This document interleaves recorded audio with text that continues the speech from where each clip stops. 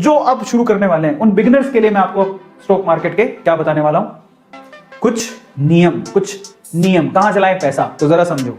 मैंने पहले भी आपसे डिस्कस किया है, अगर आप बिगिनर हो, पहली बार ही अगर आप स्टॉक मार्केट में पैसा लगा रहे हो, तो एक बात समझ लेना, आप जितना भी पैसा कमाते हो उसका 5 से 10% ही आपको शेयर मार्केट में रिस्क उठाना है। तो मैं आपको ये नहीं कह रहा हूं कि आपके पास बहुत सारा पैसा है तो आप सारा का सारा लगा दो, नहीं, ठीक है, ज्यादा रिस्क नहीं उठाएंगे। दूसरा टिप क्या है, इन्वेस्ट करूंगा डिफरेंट कंपनीज में। ऐसा नहीं जो पैसा इकट्ठा हुआ तो मैंने एक ही कंपनी में सारा डाल दिया। कल को मान लो आपने पैसे इकट्ठा किया 10,000 रुपए टोटल हो गए, तो 10,000 रुपए टोटल। अच्छा, अरविंद सर ने बताया था हाँ हीरो मोटोकॉर्प बहुत अच्छी है। अरे हीरो मोटोकॉर्प के 2 शेयर भी नहीं आएंगे।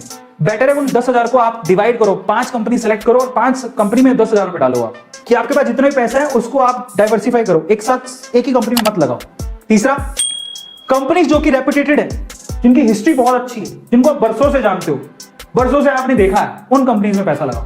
इंडियन ऑयल कौन नहीं जानता, भारत पेट्रोलियम, इंडियन ऑयल, ये SBI, Tata Motors, Reliance industries, ONGC, ITC, Hindustan Unilever, HP, ये सारी कंपनियां लिस्टेड है। ऐसी कंपनी में पैसा लगाओ बेसिकली जो सेफ है, समझ रहे हो, जो बहुत सालों से चलती आ रही है, जो कभी बंद नहीं हो सकती।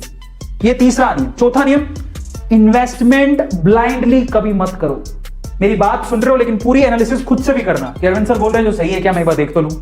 ऐसा नहीं अरविंद सर ने बोल दिया करना है, नहीं, मेरी बात को भी तोल लो। मैं आपसे कहूंगा कि मेरी राय है, ये मेरी पर्सनल राय है, लेकिन मैं आपको सीक्रेट बता रहा हूं क्योंकि मैंने भी कमाया है, मैंने पैसा बढ़ता देखा है, तो मैं आपसे शेयर कर रहा हूं। बस blindly don't invest because everyone is investing in that. ऐसा मत करो कि सभी लोग इन्वेस्ट कर रहे हो तो पागलों की तरह तुम भी करोगे। अपनी रिसर्च करो, खत्म करो, ठीक है। उसके बाद जल्दी और हड़बड़ी में ना तो खरीदो ना ही बेचो, इतने एक्साइट मत हो ना ही सैड हो। मार्केट में हलचल चलती रहती है। 2008 में डिप आया था, मार्केट एकदम क्रैश हो गया था। ऐसे डिप आपको शायद 2016 में 2016-17 में डिप आया था। तो घबराओ मत, भागो मत। पता है जब डिप आती है ना, उस टाइम पे जो शेयर मार्केट को समझते हैं वो खुश हो रहे होते हैं, आहा अब आ गई अपॉर्चुनिटी। जो रिटेलर्स होते हैं ना, हमारे जैसे छोटे लोग, डर जाते हैं कि पैसा निकाल के भागने लगते हैं।